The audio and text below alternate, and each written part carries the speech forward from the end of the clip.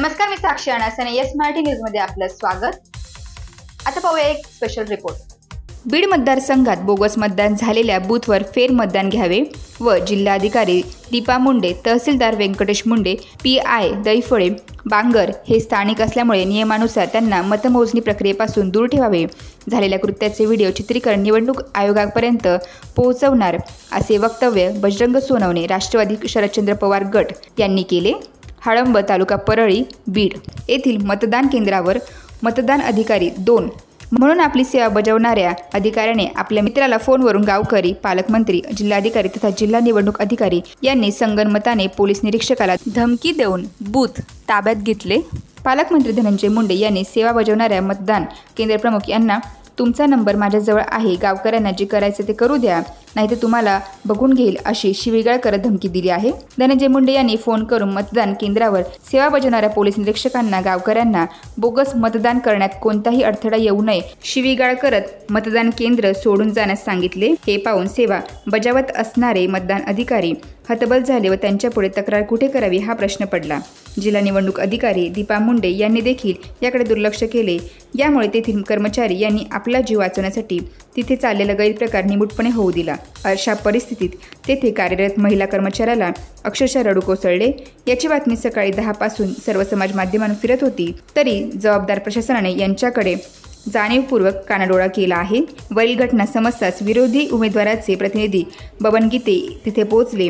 त्यांच्यासमोर हा गैरप्रकार चालू होता तो त्यांनी मोबाईलमध्ये टिपला व खडसावत याबद्दल अधिकाऱ्यांना जाब विचारला, परंतु बिचारे कर्मचारी काय उत्तर देणार, इकडे आड तिकडे वीर अशी परिस्थिती झाली. याबाबत विरोधी उमेदवार यांनी जिल्हा निवडणूक अधिकारी दीपा मुंडे व केंद्रीय निवडणूक निरीक्षक यांना तक्रार केली असता त्यांनी उडवाउडवीची उत्तरे दिली आहे. तसेच इंजेगाव, तालुका परळी, जिल्हा बीड येथे बोगस मतदान रोखून लाईव्ह करणाऱ्या बूथ एजंटला धनंजय मुंडे व वाल्मिकी बाबूराव कराड यांच्या सांगण्यावरून सरपंच यांचा पती अमोल कराडे यांना जीवे मारण्याची धमकी दिली. माझ्या बीड लोकसभा मतदारसंघामध्ये जे काही अनुचित प्रकार घडलेले त्या अनुषंगानं मागील हे प्रकार घडू नयेत याच्यासाठी सुद्धा मी या जिल्ह्याच्या जिल्हाधिकारी तथा निवडणूक निर्णय अधिकारी दीपाताई मुधोळ यांना 7 मेला एक पत्र दिलं होतं आणि सांगितलं होतं की अबो 75 जे मागच्या निवडणुकीमध्ये ज्या एका पार्टीला मतदान पडलंय त्या गावाची यादी मी दिली होती आणि त्या गावामध्ये सीसीटीव्ही बसवणं ही मॅन्डेटरी आहे, तर या गावात आपण सीसीटीव्ही बसवा असं मी त्यांना विनंती केली होती. पण त्या गोष्टीचा विनंतीचा कुठेही त्यांनी दखल घेतली नाही आणि त्याला एक केराची टोपली दाखवली म्हणायला हरकत नाही आणि तसे सीसीटीव्ही त्यांनी बसवले नाही. हा प्रकार त्यांनी कायद्याला धरून केला नाही, हे कायद्याच्या अगदी चुकीच्या पद्धतीनं वापर केलेला आहे. एवढंच नव्हे तर मतदानाच्या दिवशी सुद्धा मी त्यांना सांगितलं होतं की बाबा या प्रकारामध्ये या बूथवर असं होतंय. 5 वेळेस मी त्यांना फोन केलेले आहेत. जिल्हा पोलीस अधीक्षक यांना पण फोन केलेले आहेत.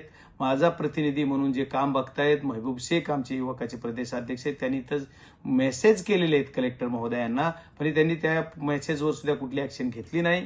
त्या दिवशी 13 तारखेला बूथ कॅप्चरिंगचे प्रकार बरेच घडले. त्याच्या संदर्भात मी 13 तारखेला संध्याकाळी 5 वाजता निवडणूक आयोगाला पत्र लिहून कळवलेलं आहे की या ठिकाणचं फेरमतदान व्हायला पाहिजे. रिपोल मागितलेला आहे पण त्याच्यावर कुठलीही दखल घेतलेली नाही. त्याच्यासाठी एव्हिडन्स म्हणून इंजेगाव या गावी मुक्ताराम गवळी यांनी लाईव्ह येऊन त्यांनी 2-3 वाजता सांगितलेलं आहे की माझ्या इथलं बूथ कॅप्चरिंग होत आहे. त्याच्यासाठी पोलीस प्रशासनाला सांगितलं. तिथं मी बऱ्याच वेळेस दैफळे नावाचे PI आहेत, त्यांनी पण बऱ्याच पद्धतीनं कुठं रिस्पॉन्ड केलं नाही.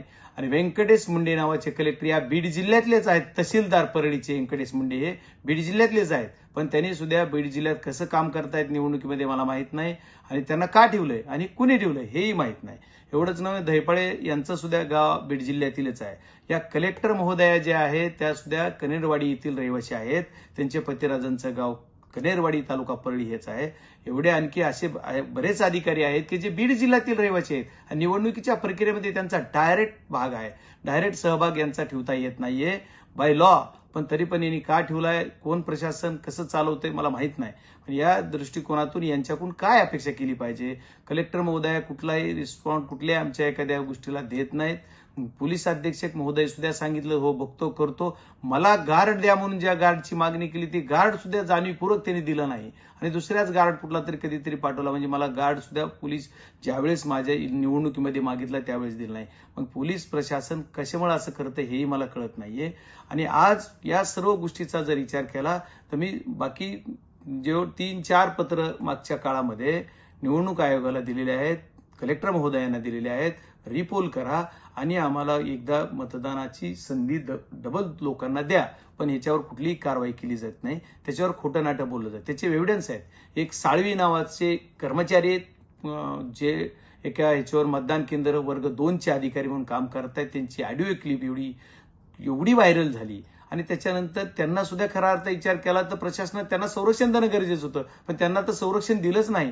पण त्यांच्या विरुद्ध काय कारवाई केली त्या बूथ ज्यांनी कॅप्चरिंग केले यांच्यावर तर काहीच नाही. असं घडलंच नाही म्हणतायत कलेक्टर महोदय. आणि याच्यापेक्षा काय एव्हिडन्स पाहिजे मला माहित नाही. मुक्ताराम गवळीने येऊन सांगितलं तरी काहीच घडलं नाही म्हणतायत.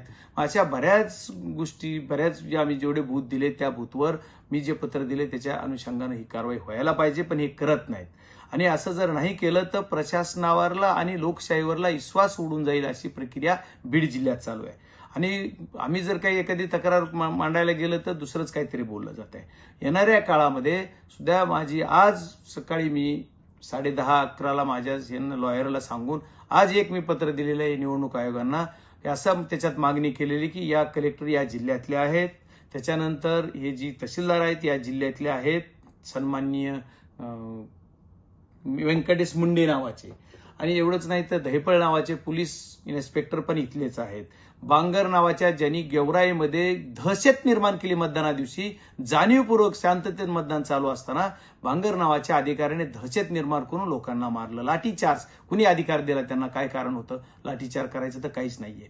तरी अशा पद्धतीचे हे जे अधिकारी आहेत हे असे विविध अधिकारी जे आहेत हे अधिकारी जर मतमोजणीच्या प्रक्रियेत जर मध्ये राहिले तर जाणीवपूर्वक काहीतरी घटना घडवतील आणि निकाल उलटा सुलटा सुद्धा करू शकतात. यांना कुठलंही वचक नाहीये. हे कुणाच्या तरी प्रेशरमध्ये येऊन म्हणण्यापैकी सत्ताधाराच्या प्रेशरमध्ये येऊन हे काम करतायत. त्याच्यामुळे असं माझं स्वतःचं मत झालंय, यांचं प्रेशर कमी व्हायला पाहिजे आणि यांना या मतमोजणीच्या प्रक्रियेपासून दूर ठेवलं पाहिजे अशी निवडणूक आयोगाला आम्ही मागणी केली. त्याच्यासाठी निवडणूक आयोगाला मी आज पत्र लिहून कळवलेलं आहे की माझी विनंती केली की आपण या सर्वांना निवडणुकीच्या मतमोजणीच्या प्रक्रियेपासून दूर ठेवा आणि माझ्या पहिल्या मागणीची रिपोल करून घ्या. असं जर नाही झालं तर लोकशाहीवरला या बीड जिल्ह्यातील नव्हे तर महाराष्ट्रातील नव्हे तर देशातल्या सर्व जनते. येस मराठीसाठी संजय चांदगुडे, बीड. अशाच प्रकारच्या ताज्या घडामोडींसाठी Yes Marathi news YouTube channel share करा, सबस्क्राईब करा, लाईक करा आणि पाहत राहा येस मराठी न्यूज.